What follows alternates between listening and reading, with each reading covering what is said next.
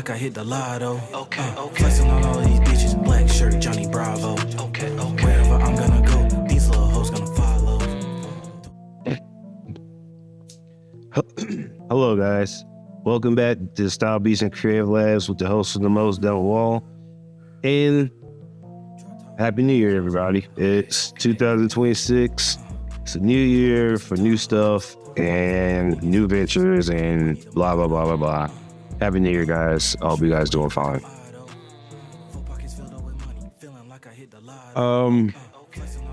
I'm speaking about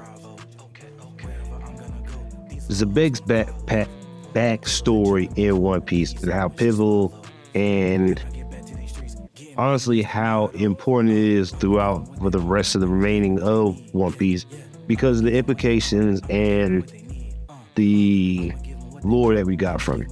So I think, if I'm not mistaken, it was Xebec's backstory is like 13 chapters, 13 or 14 chapters, I believe. And I forgot what chapter we started on his backstory, but starting on his backstory, we get it from Loki, but we see him speaking to young Loki looking for Harold, trying to get him on his side so he has like an ancient giant on his team. Now, when we first see him, we immediately find out that he's the father of Blackbeard and that he already had Shiki, the Yellow Lion, and Whitebeard on his team.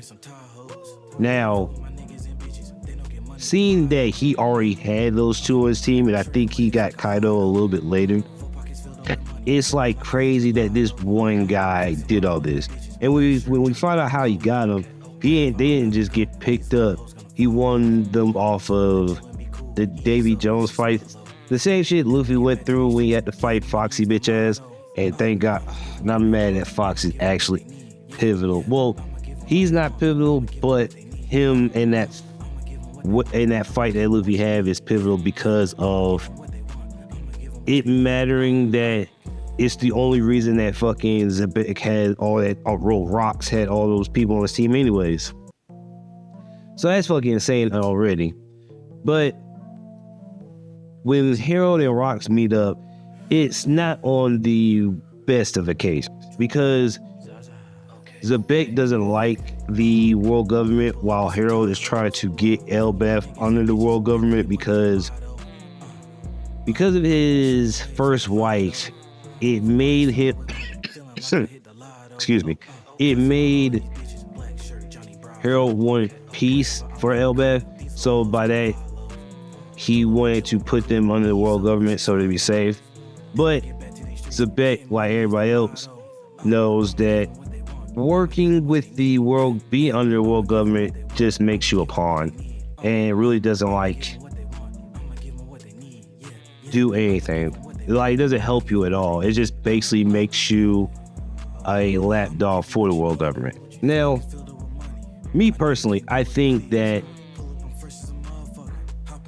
it's a smart deal not to give a world government. Now, this is us looking in. For the people living in there, they really don't see the bullshit that the world government does unless you work for the Revolutionary Army or you're top brass in the world government and you have a change of heart and you're not a cold heartless monster.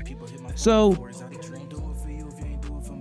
when Harold and Xebec meet up, I think it's at the Mary Goys, and just like how Odin met with Whitebeard, they just clashed and knew they were strong, and they both have Conqueror's Haki. And I think it was implicated when people started reading the chapter. It was he doesn't have Conqueror's Haki, but I think later on at the end of Xebec's backstory, we get that he does have Conqueror's Haki. Not Xebec's, Loki's backstory that Harold does have Conqueror's Haki from Shanks and Gavon. Now, with this, Xebec goes around and befriends Harold because Harold's a real friend. Now, when we go through the flashback, because there's a flashback of multiple people at the same time. So when we go through it, it's like I said, it's Xebec going around and honestly seeing the world. And funny enough, if you look at it, it's almost like, and if you look at the backstory, it's funny enough, it's like reverse Roger's backstory. And by that, I mean, Roger really wasn't dealing with the world government as often as Rox. Well, Rox was worse than Roger on the hit list because of the shit he was trying to do and basically trying to tear up the world government. Because unlike Roger was just going around trying to find a One Piece. Xebec was trying to dismantle the tyranny of the world government, which is funny enough, it kind of low-key is like fucking Dragon, because Dragon's not, he doesn't want One Piece, he wants to end the tyranny of the world government. So in a way, funny enough, when I get to it, it's gonna make sense. But Hero's going around, not Hero. Xebec is going around in a reverse Roger way. And low-key, I'm not even gonna lie to you, we should never believe the world government when they were talking about how Xebec was a monster. Because if you go through it, Xebec really wasn't destroying like places like they were saying. He was basically liberating nations. He was literally doing Dragon before Dragon. So that's another thing that I'm starting to realize. A lot of the stories that we get from the world government is a complete 180 of what they really are for the real world. Now, Xebec had the heavy hitters on his team: Kaido, Big Mom,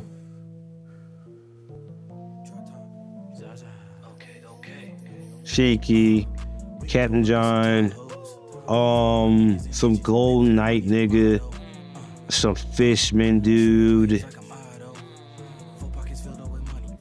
and I think like a couple more people. But a lot of these guys on his team, like, because we saw some of them in Thrill Bark, and I think we saw toy puppet of Rox in Thriller Bar 2. So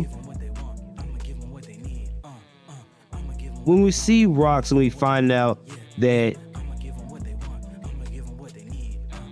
Loki looked up to Rox and saw like, oh shit, this is the guy I want to be. He doesn't want to be like his father because of how Rox moved. And this is even funnier. This is completely funny because if you watch how Hero used to be, that's what Loki wanted to be. But Hero got tired of all the fighting and wanted to be like a calm, cool guy. So I can kind of see how Loki in his youth wanted to be a warrior instead of a pacifist. But going along with it, you start seeing, if I'm not mistaken, they freaking, what's his name? Xebec's team is full with like low-key heavy hitter. Because spoiler alert, Captain John has the Madden fruit, just like Kid. So that's hilarious and funny at the same time, because I told myself, I was like, Kid might join the Blackbeard Pirates. And this is funny because of how this interaction happened. And you find out the gold armored nigga had the what's that nigga name? I think it's Mr. 5 from freaking Baroque Wars, the black dude turned his boogers into bombs. And I'm jumping around, I'm forgetting all the major shit. So the class I was talking about when him and Harold met up in Mary Jo's, before the clash even happened, this nigga Xebec pulled up on Emu with a gun. You what? Just a gun. Now, mind you, Xebec does not have a devil fruit at all. I thought he was gonna get the opie fruit because he pulled up like this with his fingers out like Law does, but it was just him putting up for 2. So he pulled up evil with a gun. So far there's only 3 good characters that has, 3 good characters that have seen Emu, Sabo, Cobra, who's dead, and Xebec, who's also dead. And them niggas, like he saw Emu and told him, hey, I'm gonna come back to get you one day. And later on, to the end of this video, I'm gonna double back and tell you why that's pivotal to this day. So, Harold is definitely nice. Why am I calling Harold? Xebec is definitely like prime time, all the way around, like powerhouse. Because not only do you have like probably Yonko or not Fleet Admiral, like a Kainu or a Kizi level guys on your team, and you're just bulldozing through everybody. Like, if you go to chapter 156, no, 155, you just see feats upon feats of him like working niggas. And Xebec flashback coincides to other people's speaking of other people's, as in Roger, Garp, Shaky, and I forgot that other snake girl name that's on his team. Because crazy enough, because at first we all thought like Shaky was the reason God Valley happened. It wasn't God Valley, it was Pirate Island that made it booming, because Shaky came to the fucking Pirate Island open up shot, and you can't fight in her shop. You can fight outside it, but inside it's all hands on deck, no fighting. So seeing this, you also get showings of other pirates. Silver Axe, on Rox's team, he shows signs of having the what devil fruit was that? The Rose, the fucking monk who gets bigger when you hit him. Because if you pay attention to how he was introduced, he was kicked, and he was a scrawny guy, and then when he got kicked, he grew up and got like a big dude. So a lot of Xebec's team, if not them, their actions of their past changed the future, in a sense.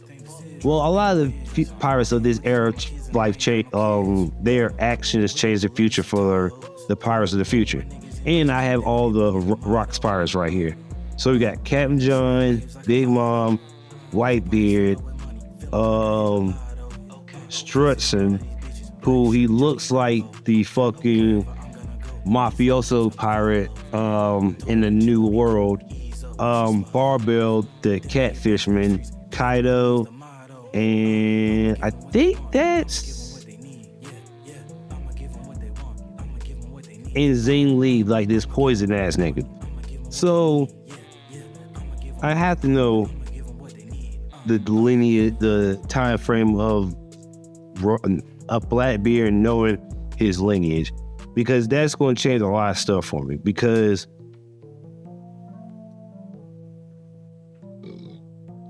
excuse me, because there's just too many variables, and like it's too weird on how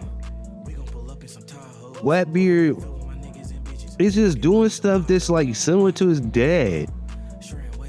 Because even he had to find out before I want to say, because in Wano he was already on the pirate island, so I want to say Big Zo, or I want to say Big Zo. I really want to say Big Zo, that he knew that about his father, because he got what's her name? The fucking three-eyed chick that fucking was gonna marry Sanji. What's her name?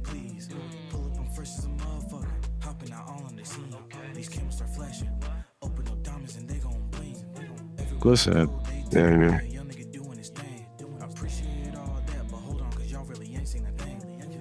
Pudding. Jesus Christ. Yes. So Pudding was kidnapped, I want to say, on the leaving Wano. So taking Pudding and him using the verbiage of like tribes and your family and your three-eyed tribe is like, yeah, it was specific that you're getting her. It's the same reason why Big Mom probably fucked the dude who had three eyes, so she can have a three-eyed person who can read shit. So going through Blackbeard's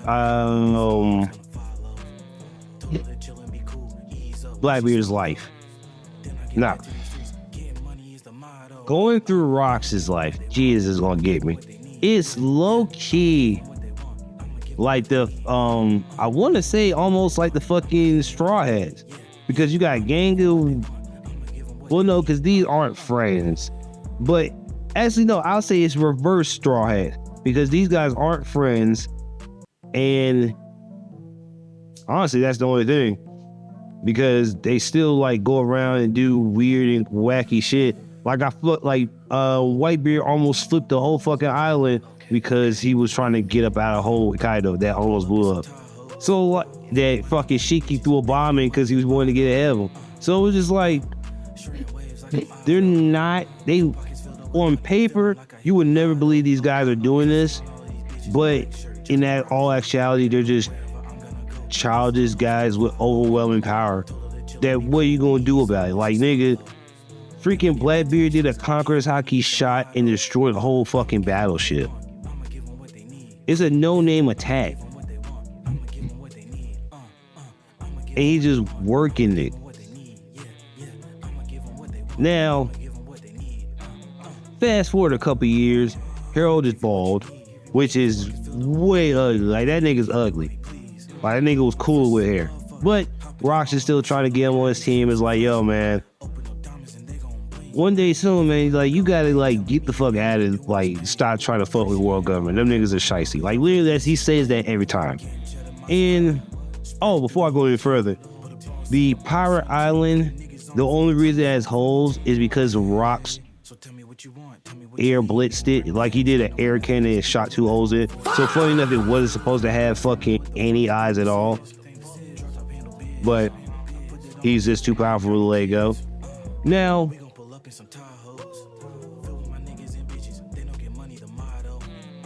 when Shaky joins the Rocks pirate island to open up a shop, the world government is like, man, we getting tired of this nigga. It's like we can't do nothing because this nigga's just overwhelmingly powerful and we gotta kill him. It's just like Luffy. Like, we have an overwhelming strong ass nigga and we can't do nothing about him. Let's kill him because he's pissing us off.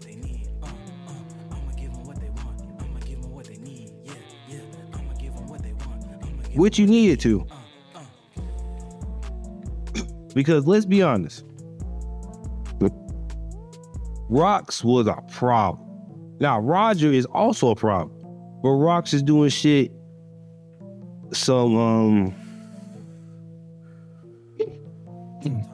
he's getting into taboo waters. With Roger, he's just like doing shit. He's just like doing what a pirate does. Now, to throw this in here, the reason why Shaky is with Rayleigh is because Shaky had a crush on Rayleigh since the beginning. Now, everybody, including Roger, hates Rayleigh because of that. Now, I'm not imposed on it. But if my man's got bad, the hottest chick ever that I wanted, I'm not gonna be mad in his face. Outside his face, gonna be heated. Now, with Rox's backstory, we get closer to God Valley, the God Valley stuff. Actually, we do get the God Valley stuff in here. Low key, this is the whole entire God Valley incident from all perspectives, I believe. But we start introducing to the God Knights, and we see St. Garland. And this is right around the time he has Shanks and Shamrock. And now, I'm gonna go ahead and get the Shamrock bullshit out of the way because that shit is just ridiculous. So, we find out that Shamrock is the evil monster that they speak about Rox in. This nigga found out Shaky was single, had a baby with another woman, killed her, and was like, I can have a baby with Shaky to have a crate, extend my family lineage to great heights. And he killed the woman. You know how crazy that is? On paper, that makes so much sense, but that is so nasty. Like, bro, you killed your baby mama to have stronger lineage kids and another woman. That's fucking nasty. Like, when I saw that, I was like, yeah, Garland has to die. Like, has to die. And by the end of the chapter 158, I thought it was, because I didn't know how Rox got defeated or if he died or not. But by the end of that chapter, I was thinking, like, what the hell was going to happen? Because you still have to find out why did Rox get beat, and why did other characters in that story, how did they get away, or how did they live their how were they? Now, I'm gonna give you straight facts. Xebec power-wise is insane. He, by himself, mind you, versus an ancient giant who is God knows how much taller than him and bigger than him, is like literally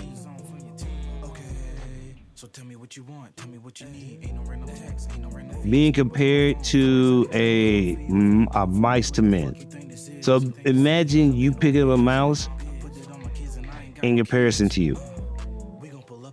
So seeing how Rox was even able to, with his attacks, push back Harold in like these instances in their lives when they clash is ridiculous. Like, the hockey lightning is not as big as the lightning that Loki can use, but is visible from leagues away from the island. And I think you can see it probably from the highest point of the tree in Elbev, which is even insane because depending on where you're at, if you're at the bottom, your hockey is touching the top of the island. That's insane. And it makes it even more insane because each time they clash, it's literally like a blast of wind that like pushes everything away. I think even Haruden and Loki, when they saw the fight, they were getting pushed back, and them niggas is giants.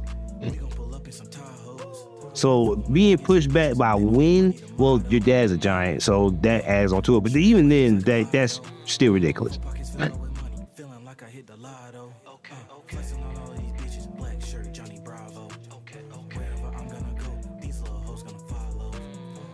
But we get into, I think, chapter 159, and that's when we start seeing the Navy start invading God Valley to help the Celestial Dragons and the God Knights. So it's funny. I know I'm venturing off and speaking about major players instead of rocks, but these major players, low-key, God Valley changed a lot of these major players for the better or worse. Now, seeing Dragon, I immediately was like, because somebody pointed out, why does Dragon at his young age look like Gear 4 Luffy? When Luffy goes Gear 4, he looks like Dragon now, which is weird. And weird in a sense. Now, I forgot or I did not know that Dragon was a part of the Marines. And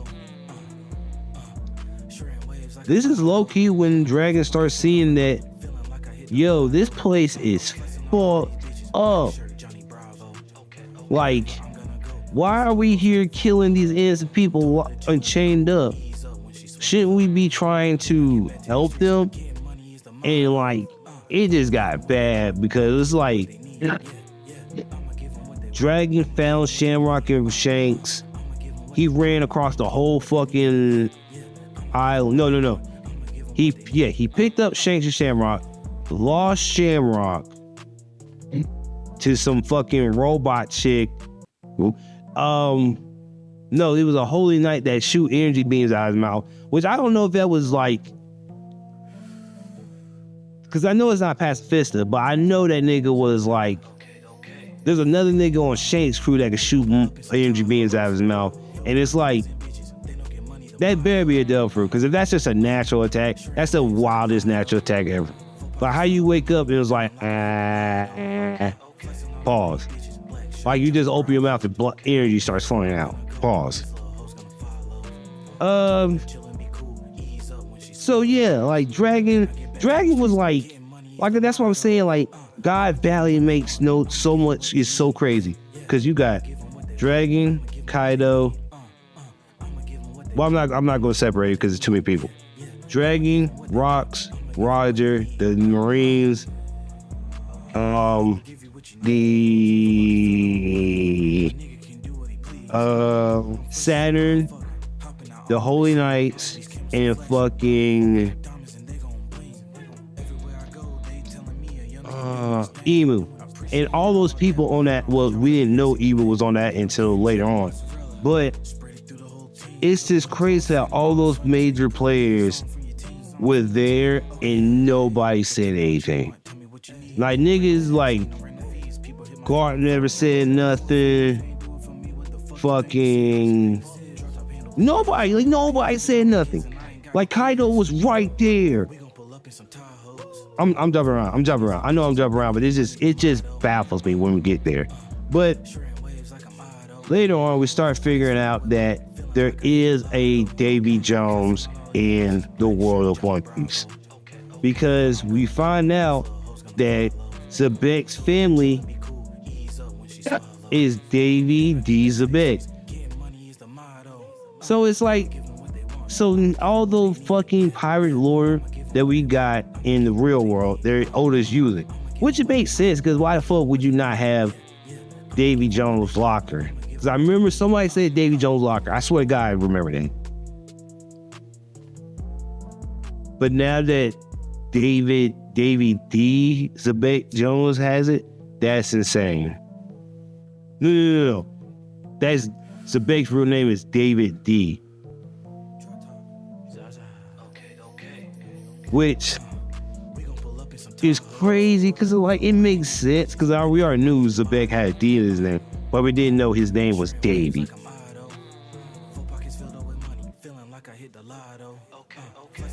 That's great.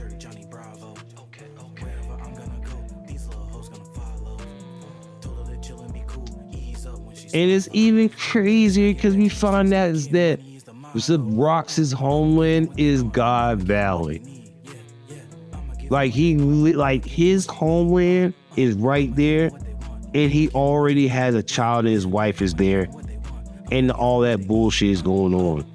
So that's another reason why fucking Harold needing him on his team, because it's like, bro, I gotta save this whole entire island.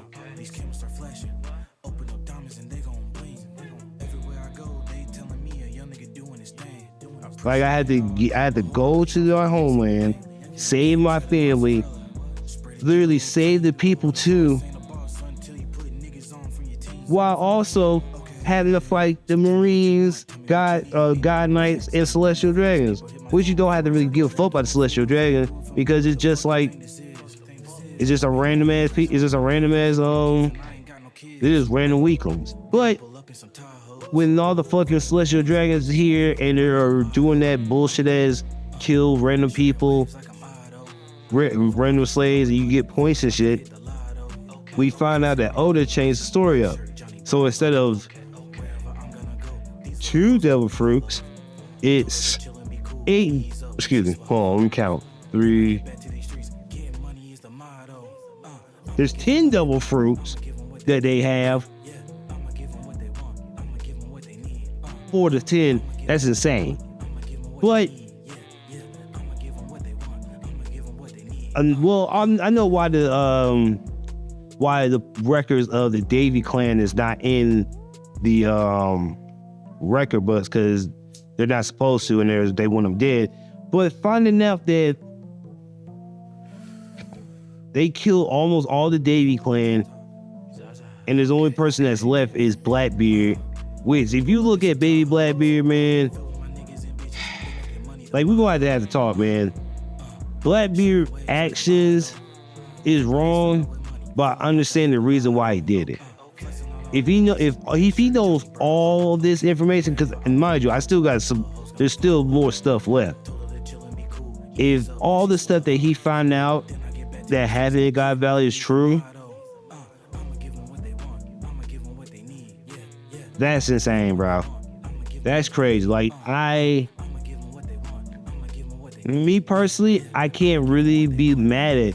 I'm mad that he did this to my mans, that the innocent bystanders and the good guys that we fuck with, but his action towards the Marines and trying to destroy the world, I mean, I'm not mad at it. Like, I can't be mad. Man, that's tough. You know? And Rox didn't tell the team why he's coming to the island. I don't think so. I think he just said, we're gonna come here, plunder, and dip out. So while that's happening, not Rox, but like I said, Dragon took them 2 kids and flee. Like, that nigga darted out of there. Now, and you also have the God Knights and the Roger Pirates here, and the Marines fighting, and basically it's a all for one run them up, because niggas are just fighting now.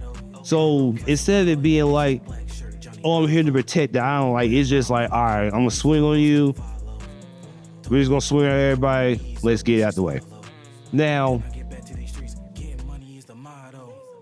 a funny thing happened in 2 chapters after that. I think chapter 161.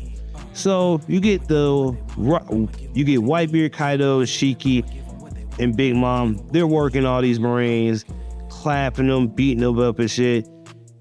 Garp came out of nowhere. They flee. I don't give a fuck what nobody say.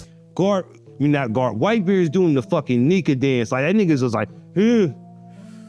Now, only person who's trying to fight is Kaido, because Kaido's an idiot and he wants to fight everybody. But Big Mom and Garp fleed that nigga. They saw that punch, it was like, I'm out of here. And I don't give a fuck what nobody say. That's a feat. And that's scary. And what's even crazier, Big Mom threw a fire blast at Garp.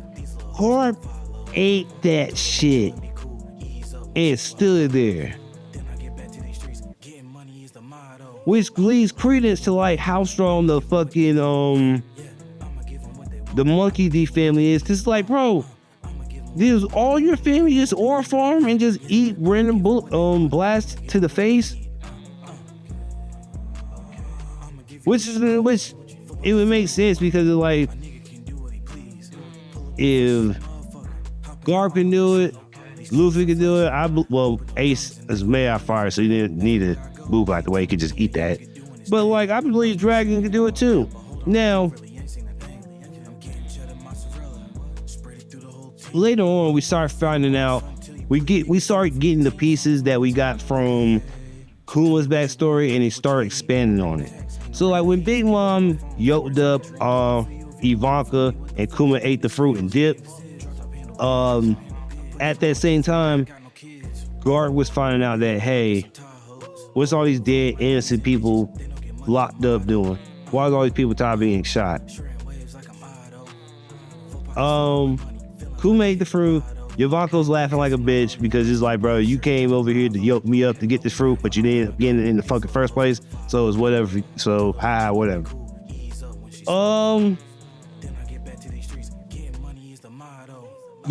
After this, you get Rocks, Blackbeard, and his mom. Well, Blackbeard's mom, Xebec's wife, getting chased by Shamrock, some spear bitch, and Domi reverse demons of Rox's family. So all the Davy Jones so far are being controlled by Emu, which is insane as fuck. And we also get, which is another feat for Rox, we find out that St. Garland is immortal already at this young age. And the reason why you find that out is Xebec sliced his face open and it's healing. And even though the healing is slow because of the Kankasakis he's throwing out, he still like got chopped up. Now, Blackbeard's wife is probably the greatest of all time because she knows that if we get trapped, if they get caught, they're gonna make Xebec do whatever he wants. So like she said, I'm gonna kill me and Blackbeard so you can just live free, which is insane. Like, I understand. Like, that takes guts, man. Like, I know how women speak about their kids. Like, hey, I can't. I'm not gonna.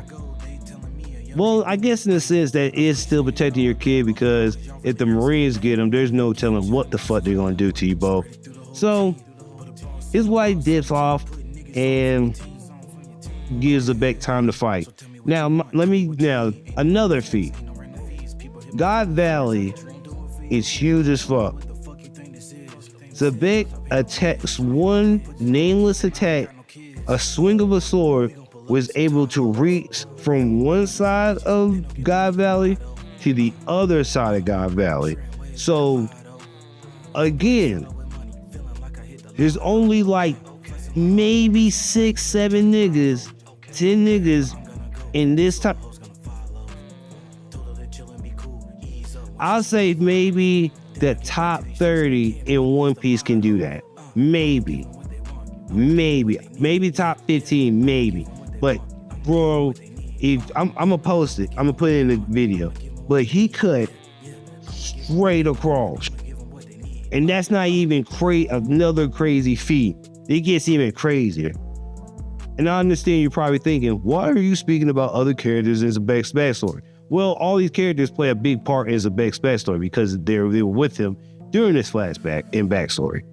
So, Big Mom over here thinking, oh, I'm about to give this fruit to my son Katakuri. He about to be a dragon. Pause. 2 things. 1, if Katakuri got that dragon fruit, I don't give a fuck what niggas say. Luffy is losing, and Luffy doesn't make it a Wano if Katakuri has that dope. I'm sorry. I am super sorry. It's not even a game on how bad that would be. Luffy would have died in Big Mom's arc. I swear to God. But thankfully, she didn't give it to her because we thought Blackbeard just regularly stole it from her. This nigga hit her with his like giant mace in the face, grabbed the fruit and ate it. And he didn't even grab it, he chomped it down in midair and became like a dragon. Now, mind you, this is all happening while all the bullshit on the island is going on. Everybody's fighting, it's all crazy mayhem, and while all this is going on, I guess this answers my long-hated question. How did Kuma get all these niggas off the island? These niggas met up in a circle. Kuma just touched by an angel, sitting niggas on. Bow, bow, bow. Like, it's a line of niggas. Kuma's just like, boop, boop, boop, boop. Like, everybody's getting saved. And I know that's like kind of dumb on asking, thinking, where the fuck, like, matter of fact, it's not dumb, because it's crazy. Where the fuck how did Kuma get these niggas out of here? Matter of fact, how did Kuma get the fuck away from, no. He saved them all first, then Saturn came. Okay, that's what got me confused, because that's why I was like, because I was getting it, the time confused. So Kuma get all these niggas off the island. Crazy work.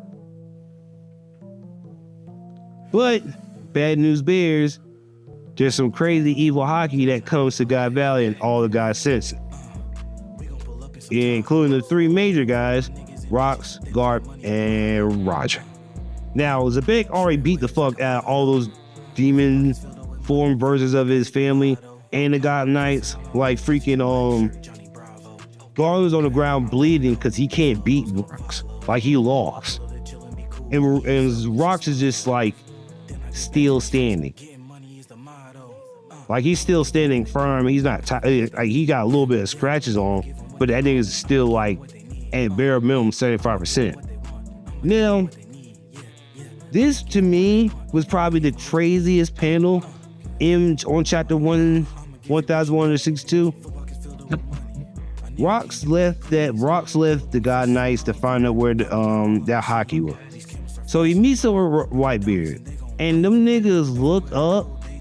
You see a giant dragon fly towards them, and it's Kaido, Rox, Whitebeard ore farming while looking at Saint Saturn fused with Emu on some monster world type shit, while Garp and Roger are running towards it and trying to figure out what the fuck's going on. So obviously Saturn is and Emu is killing everybody on God Valley, Marines included, because Emu's identity, or the identity of this demon-like presence they have, they don't want anybody to view it at all. So they're killing all people, even Marines too, which is crazy because Garp is watching. He's like, how the fuck is that the top brass of our organization? They're killing our guys. So as first, Xebec pulls up on him and tells Emu, like, hey, are you here to kill me? And Emu's like, oh, are you Davy Jones? And Rox is like, I don't know that guy, even though he should know who fucking Davy Jones is because his name is Davy. But Emu is mad at fucking Rox because Rox has a D in his name, and he's trying to erase his lineage from the world. But funny enough, Garp ain't going down to fight, which it gets even crazier because Garp's looking at it, he's looking at the scenario, and he's like, you know what? Let's do this. I'm getting tired of this. Like, I don't know what I'm getting at this, but I'm seeing bullshit, so let's go at it. So we get Rox, Garp, Roger, Kaido, Big Mom, and yeah, we get them in one panel doing their strongest moves. Bro, when I tell you this, like, literally all these attacks at once, nobody in the new world can survive it. Now, mind you, Emu is a demon, so this is not going to affect him at all. But it's just so fucking crazy that all the top brass, pirate-wise, well, not pirates, this top brass in their field, nothing happened.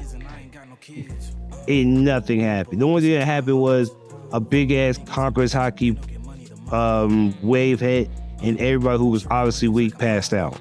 Now, crazy enough as is, while this is going on, Shanks ended up in the treasure chest that he gets found in weeks later. Now, when I was reading this, I was like, oh shit, all this cool stuff's happening, but aren't Brox and Garp and Roger supposed to fight?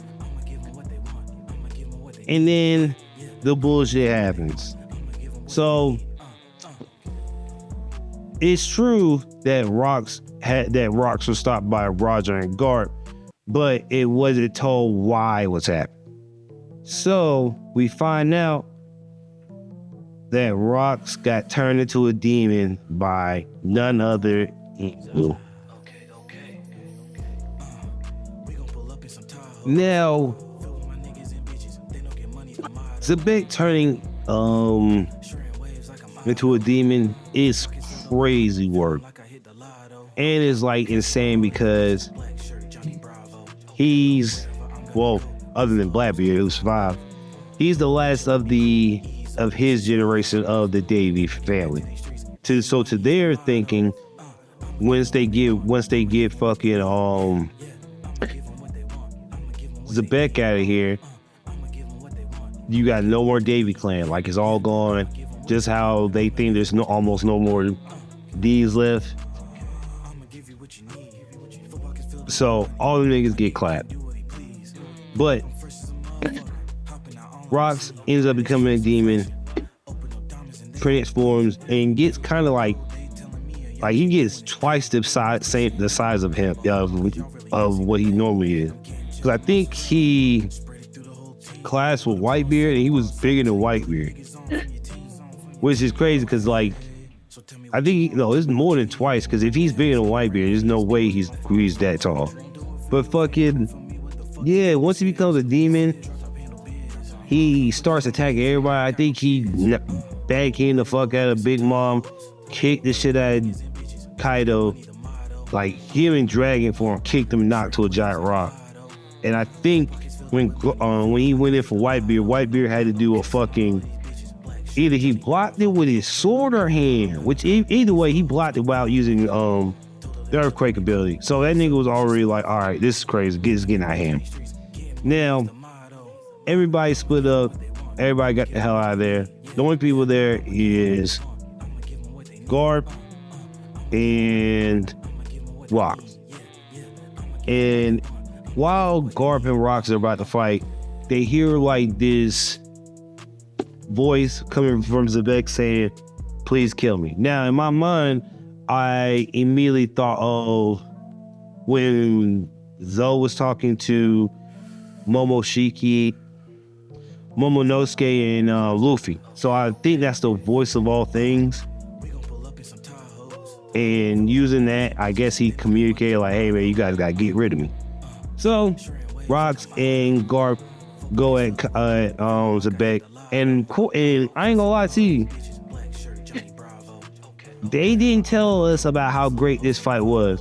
Bro, I would have never believed that Garp and Roger had this much power in the tank. Before Roger got sick and before Garp got old, bro, this shit was crazy. And it gets even sicker when we find out that Garp had to, low-key teach Roger that, hey, if you have Congress Haki, we can use it to not hurt him, but you have to focus your Congress Haki because you're just throwing it out willy-nilly, ain't gonna do nothing. So I think, if I'm not mistaken, Garp and Roger do their final attack, and I think the final attack is named Ace, or Kagasuchi Ace, and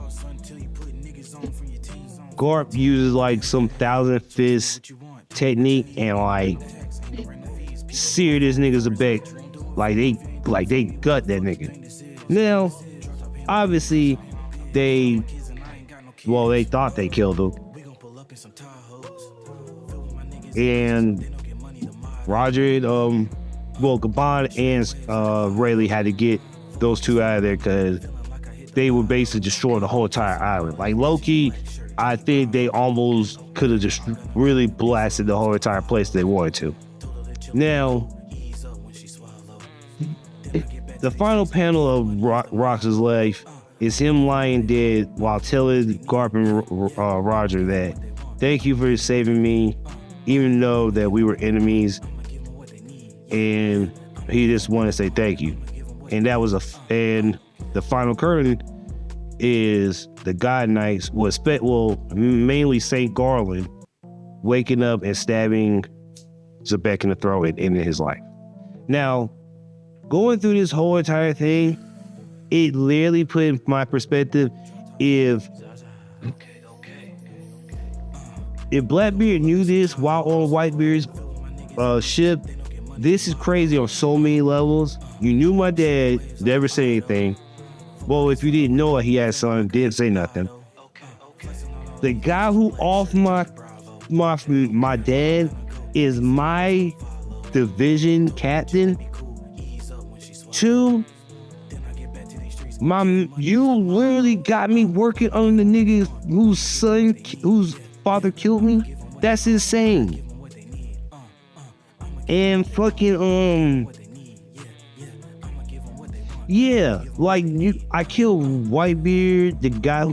Like, it's just crazy how all of Blackbeard's actions might be able to be described as just desserts. Because if he doesn't know the whole situation, and if he just knows, like, yeah, your father was killed by Garp and Roger. Roger's son is Ace, so you got beef with Ace and Luffy and Garp and the world government. But if you know the full scope, which you probably don't, and you just know that the world government just tried to do your dad dirty, then yeah, you would try to destroy the world government. But if he knows the full scope of everything that happened, he will understand that if he was set out to kill Blackbeard and Ace because of what was told to him, then yeah, that's insane. But me personally, I think he just knows like the core of it like we do. So he won't get the full scope until probably later. But Xebec's life was crazy, man. Like he might be in my top like 20 of characters, because like, unlike his son, he's just like cool. Like he handled himself like a real man. He loved his family. He put his family first before anything else.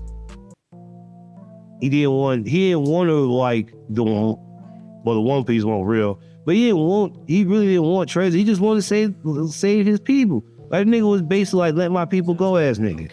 And you gotta respect that. And I fought with it. But I think a little